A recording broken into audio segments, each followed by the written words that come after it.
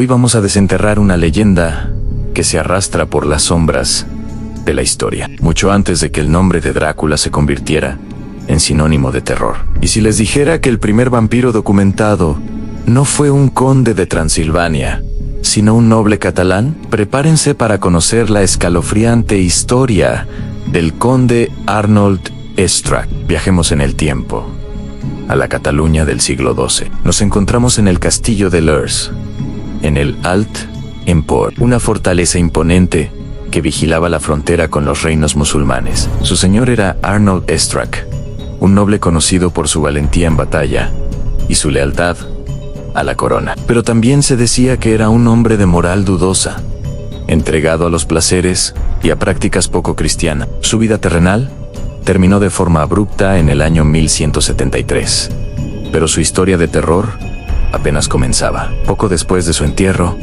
la paz del pueblo de Leurs se hizo añicos. Por las noches, una figura sombría, idéntica al difunto conde, emergía de su tumba. Pero no era el noble que conocían. Sus ojos ardían con una malicia sobrenatural, y su rostro, antes pálido por la muerte, ahora tenía un color rojizo, como si estuviera lleno de una vida profana. Esta aparición no buscaba redención, sino sangre. El conde Estrange, ahora una criatura de la noche, acechaba a los campesinos en sus propios hogares. Se alimentaba de su sangre, dejándolos débiles y marcados por el miedo. Pero su maldad no terminaba ahí. Se decía que también atacaba al ganado, drenando la vida de los animales hasta dejarlos secos. La leyenda cuenta que incluso tenía el poder de transformarse en un perro negro, una forma aún más terrorífica para cazar a sus presas en la oscuridad. El pánico se apoderó de la región. Nadie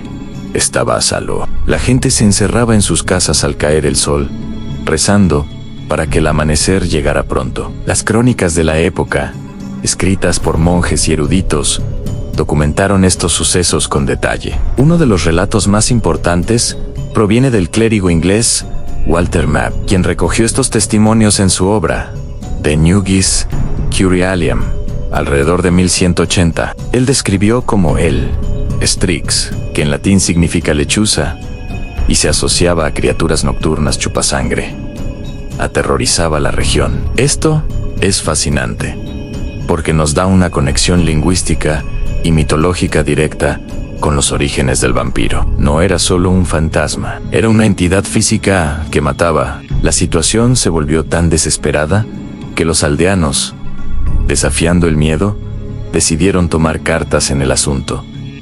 Intentaron de todo en rezos, agua bendita, crucifijos, pero nada detenía al conde no muerto. Su poder parecía crecer con cada noche y cada víctima. La comunidad, al borde del colapso, recurrió a una medida extrema, una solución que hoy nos sonaría familiar, gracias a las novelas y películas de vampiros, liderados por un anciano sabio, posiblemente un ermitaño o un conocedor de las antiguas artes prohibidas. Los habitantes de Leurs decidieron que la única forma de acabar con la maldición era destruir el cuerpo del conde, pero no bastaba con exhumarlo. Siguiendo un ritual específico, encontraron a una anciana judía, conocedora de la cábala y de secretos arcanos, quien les indicó el procedimiento exacto. Debían desenterrar el cadáver, arrancarle el corazón y quemarlo hasta convertirlo en cenizas. Luego, esas cenizas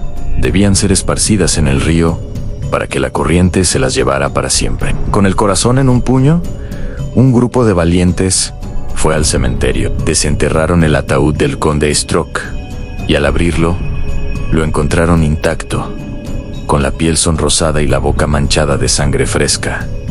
Había dudas. Era él. Cumplieron el ritual al pie de la letra. Extrajeron el corazón del cuerpo y lo incineraron en una gran hoguera purificadora. El aire se llenó de un olor nauseabundo, mientras el órgano impío ardía. Finalmente, arrojaron las cenizas al río. Desde esa noche, la paz regresó a Leurs. El conde vampiro no volvió a ser visto. La pesadilla había terminado. Lo increíble de esta historia es su antigüedad. Estamos hablando de 700 años antes de que Bram Stoker publicara Drácula en 1897. El relato del conde Struck contiene todos los elementos clásicos del vampirismo.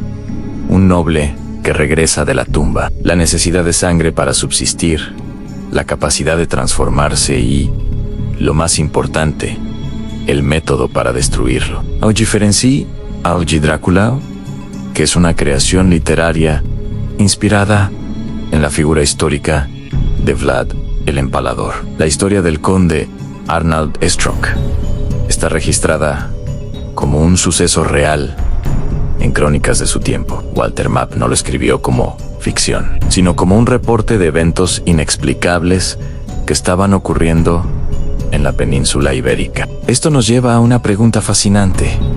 ¿Fue el conde Struck el verdadero primer vampiro de Europa? Hoy, el castillo de Lers está en ruinas, un eco silencioso de aquella época de terror. Pero la leyenda perdura, transmitida de generación en generación. Un recordatorio de que el mal puede adoptar formas que desafían nuestra comprensión. Es un testimonio del folclore medieval y de cómo nuestros ancestros intentaban dar sentido a lo inexplicable, a la enfermedad, la muerte súbita y el miedo a la oscuridad. Así que la próxima vez que piensen en vampiros, recuerden que antes del conde de los Cárpatos hubo un conde catalán, un caballero no muerto, cuya sed de sangre escribió una de las primeras y más terroríficas páginas en la historia del vampirismo. La leyenda de Arnold Struck nos demuestra que el horror tiene raíces profundas y a veces olvidadas. ¿Qué les pareció esta historia?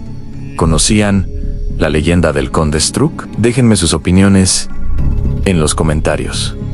Me encantaría leerlos. Si les gustó este viaje a los orígenes del mito vampírico, no olviden darle a me gusta, compartirlo y, por supuesto, suscribirse al canal para no perderse ninguna de nuestras futuras exploraciones en lo desconocido. Gracias por acompañarme en este oscuro pasaje de la historia. Hasta la próxima.